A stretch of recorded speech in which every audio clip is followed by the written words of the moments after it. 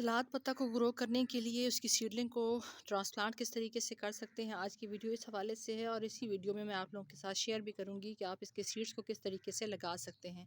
तो ये हमारी सलाद पत्ता की सीडलिंग जो है ये माशाल्लाह से तैयार हो चुकी है और इसको जो है वो मैं अभी ट्रांसप्लांट करने लगी हूँ। इसको ट्रांसप्लांट करने के लिए आपको रिच फर्टाइल सॉइल की ज़रूरत है और एक इस तरह का पॉट चाहिए कि जो बेशक उसकी गहराई इतनी ज़्यादा ना हो लेकिन वो चौड़ा काफ़ी ज़्यादा हो, ताकि हमारा जो सलाद पत्ता है वो अच्छे से खुल के जो है वो अपनी ग्रोथ कर सके। क्योंकि ये चौड़ाई की सिमत में ज़्यादा ग्रो करता है, गहराई में नहीं करता।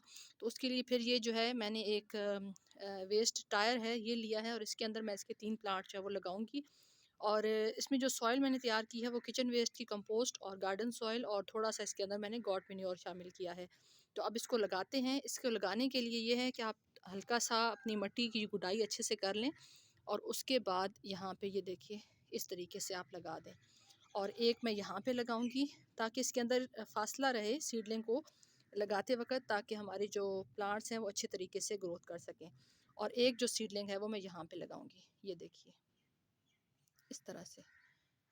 तो अब मैं आप लोगों के साथ शेयर करती हूँ कि इसके सीड्स जो हैं वो किस तरीके से लगा सकते हैं। अब इसको मैं पानी अच्छे से दे दूँगी ताकि हमारा जो प्लांट है, सीडलिंग है, वो स्ट्रेस में ज़्यादा ना जाए और इसके रूट्स को अच्छे से जितना पानी ज़रूरत है वो मिल जाए और एक्स्ट्रा पानी जो है वो ड्रेन आउट हो जाए।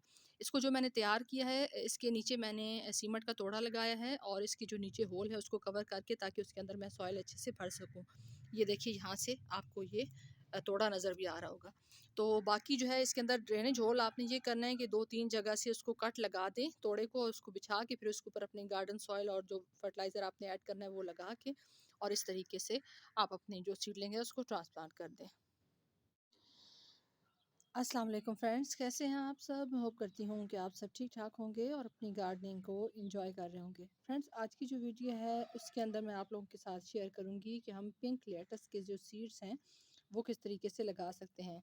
तो ये जो आप बहुत ही खूबसूरत कलरफुल लीफ देख रहे हैं ये लेटस है, यानी सलाद पत्ता। और ये जो इसकी वैरायटी है पिंक लीफ वाली, ये वो है। तो ये कुछ टाइम पहले मैंने इस पॉट के अंदर डॉग फ्लावर के सीड लगाए थे और ये वो सीड से जो मुझे अमजद भाई की तरफ से आए थे। तो उसके अंदर ही कहीं इसकी कोई सीड होंगे तो वो खुद ही ग्रो हो गए। तो अभी मैंने इसको देखा तो मैंने कहा चलें इसके ऊपर आज आप लोगों के साथ वीडियो शेयर करती हूँ, क्योंकि जो मुझे सीड आए थे वो मैं अभी तक लगा नहीं पाई, क्योंकि काफ़ी सारी वैरायटीज़ के सीड्स थे। तो कुछ जो है वो याद रहे और कुछ मैं उस वक़्त अपनी सेहत की वजह से नहीं लगा पाई, भूल गई। तो अभी मुझे ये सीड मिले तो मैंने कहा चलें आज इस हवाले से आप लोगों के साथ बात करती हूँ कि थोड़ा-सा हेल्दी लाइफ़स्टाइल के लिए जब आप अपनी गार्डन में चीज़ें ऐड करते हैं तो उस हवाले से जो लेटस है या सलाद पत्ता है वो भी बहुत ज़्यादा अहमियत का हामिल है। तो आप इसको किसी भी टाइम पे लगा सकते हैं, क्योंकि ये आम तौर पे जो ग्रोथ करता है वो ठंडे मौसम में करता है, लेकिन अभी भी हमारे यहाँ थोड़ा-सा टाइम रहता है।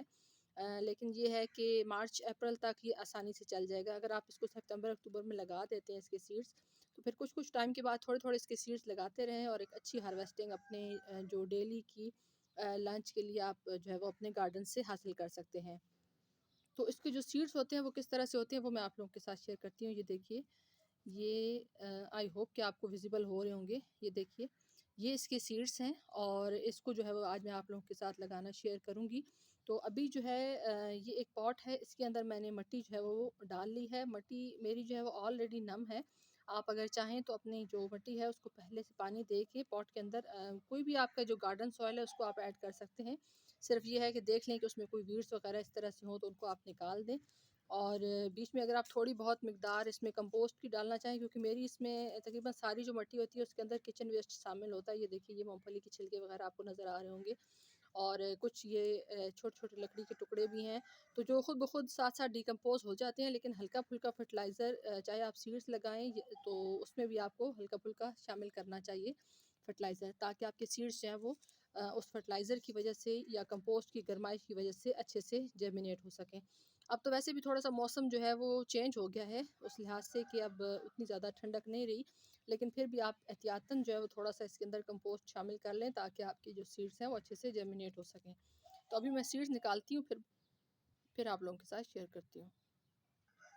तो ये देखिए फ्रेंड्स, ये इसके सीड्स हैं और इनको जो है वो अब हम यहाँ पे स्प्रिंकल करेंगे, ताकि हमारे जो सीड्स हैं वो अच्छे से जर्मिनेट हो सकें। ये सिर्फ़ ख़्याल रखना है आपने कि सीड्स थोड़ा-थोड़ा फ़ासले पे लगाएँ, क्योंकि सीड्स के ऊपर सीड्स जब आ जाते हैं तो फिर उसमें जर्मिनेशन रेट में थोड़ा सा इशू आ सकता है। ये देखिए इस तरीके से करके हल्का सा सॉइल को जो है वो मैं ऊपर नीचे इस तरह से कर देती हूँ, क्योंकि ये इतना कोई इशू नहीं होता। क्योंकि जो ये वाले हैं इनको तो बिल्कुल मैंने ग्रो किया ही नहीं था, ये तो जो डॉग फ्लावर के अंदर कुछ सीड्स थे ये खुद ही जर्मिनेट हो गए।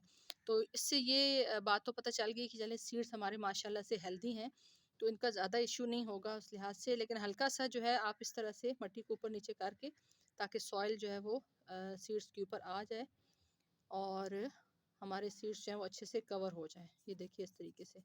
थोड़ी-सी मैं और सॉइल लाती हूँ, वो मैं इसके ऊपर डाल के, तो फिर ये है कि मैं इसको पानी अच्छे से दे दूँगी। और फिर इसको रखना कहाँ पे है, क्योंकि अब मौसम बदल गया है, धूप की शिद्दत ज़्यादा होती है तो मिट्टी के ड्राई होने का चांस ज़्यादा है। तो आप इसको ऐसी जगह पे रखें जहाँ पे सुबह के 3-4 घंटे या 5 घंटे की धूप लगे और उसके बाद सारा दिन की धूप उस पे ना आए, बाद में थोड़ा उसके ऊपर शेड आ जाए, ताकि जो हमारी सॉइल है उसके अंदर नमी बनी रहे।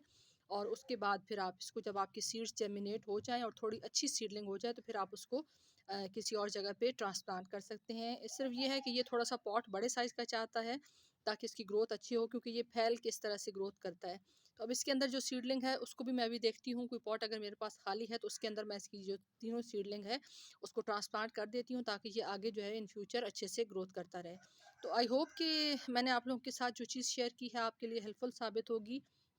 जब आपने इसके लिए सॉइल मीडिया बनाना है तो रिच फर्टिलाइज़र इसके अंदर ऐड करना है, क्योंकि इसको अच्छी खाद पसंद है। और जितनी ज़्यादा आप इसको रिच सॉइल जो है वो ऑफ़र करेंगे सीडलिंग को ट्रांसप्लांट करते वक्त, तो उतना ही अच्छी आपकी जो सलाद पत्ता है उसकी ग्रोथ भी होगी।